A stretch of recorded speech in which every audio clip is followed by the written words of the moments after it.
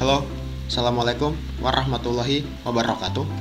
Selamat pagi anak-anak hebat, sahabat referensi belajar. Bagaimana kabar kalian? Semoga anak-anak selalu sehat, tetap ceria, dan juga tetap semangat.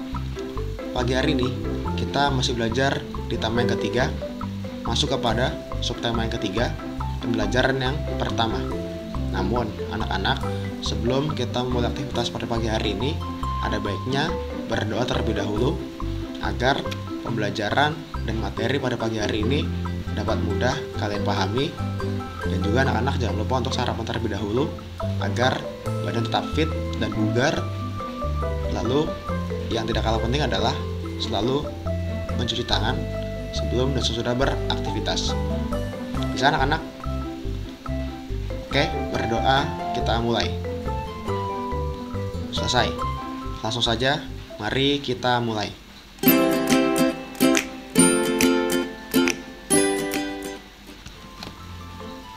Di pembelajaran yang pertama ini, kita masuk ke muatan pelajaran IPS kompetensi dasar 3.1, yaitu mengidentifikasi karakteristik ruang dan pemanfaatan sumber daya alam untuk kesejahteraan masyarakat dari tingkat kota atau kabupaten sampai tingkat provinsi.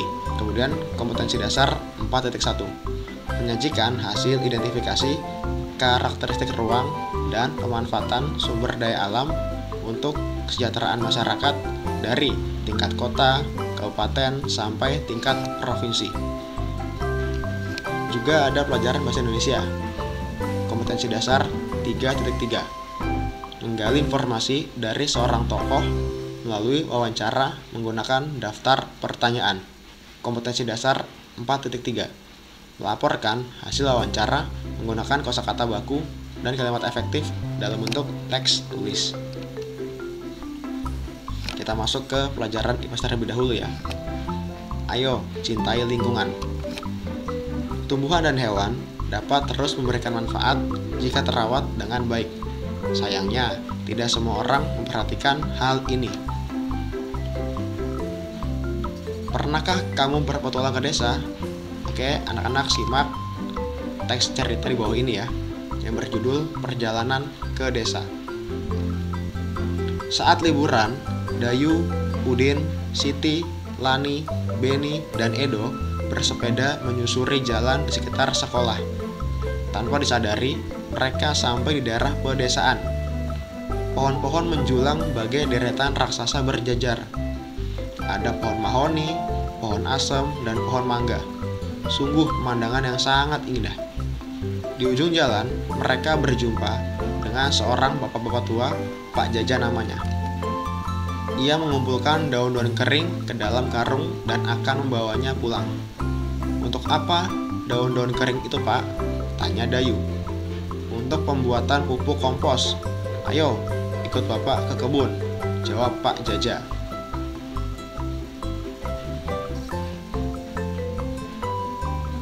Pak Jaja mengajak Dayu dan teman-teman berkunjung ke kebunnya.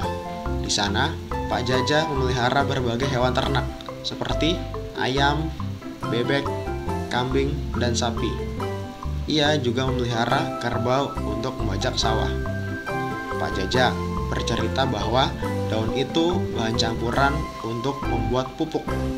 Caranya, sampah daun kering itu dicampur dengan kotoran hewan ternak, ditumpuk dan didiamkan.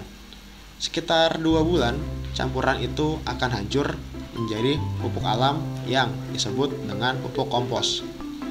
Pupuk kompos ini disukai petani karena murah, mudah dibuat, dan sangat baik untuk meningkatkan hasil panen. Jelas Pak Jaja.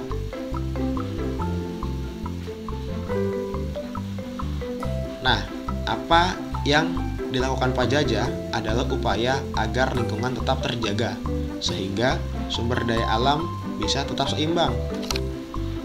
Dari petualangan itu, Dayu dan teman-teman semakin peduli dengan lingkungan.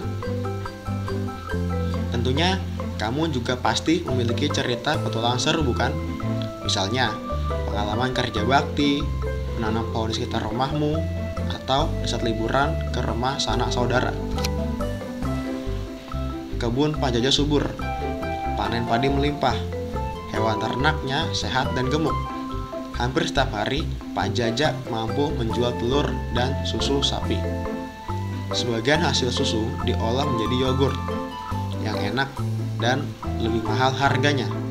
Semua keberhasilan itu adalah hasil kerja keras dari Pak Jaja, merawat tumbuhan dan hewan ternaknya. Nah, sekarang ada latihan soal nih anak-anak. Ayo amati gambar berikut. Berilah tanda centang pada gambar yang menunjukkan tanaman dan hewan yang terawat.